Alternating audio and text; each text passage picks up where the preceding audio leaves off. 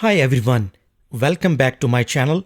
My name is Athar and today I have an exciting tutorial for you. If you are tired of carrying around multiple USB drives for different operating systems and tools, this is the solution for you. And believe me, this is so easy. In this video, I will be showing you how to create a multi-boot USB drive using a fantastic tool called Ventoy. So let's get started. Before we dive into the tutorial, let's briefly discuss what Ventoy is.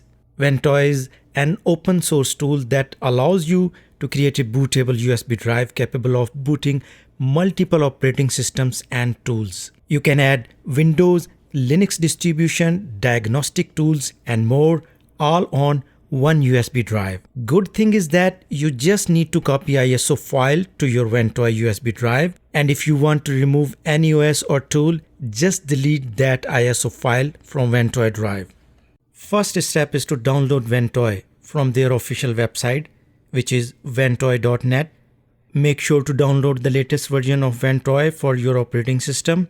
Once the download is complete, you can unzip it.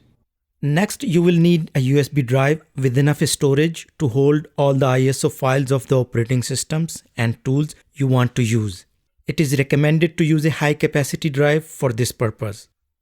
Open the folder where you unzip the Ventoy. Double click on Ventoy to disk. Now it will guide you through the installation process. It's as simple as selecting your USB drive from the drop-down menu and clicking install. After Ventoy is installed, you will notice that your USB drive appears as a bootable device with an empty partition. Now it's time to add the ISO files of the operating system and tools you want to use. Simply copy your ISO files into the Ventoy partition. With all your ISO files copied, you are ready to use your multi-boot USB drive. If you found this tutorial helpful, don't forget to give thumbs up for this video and subscribe to my channel for more tech videos.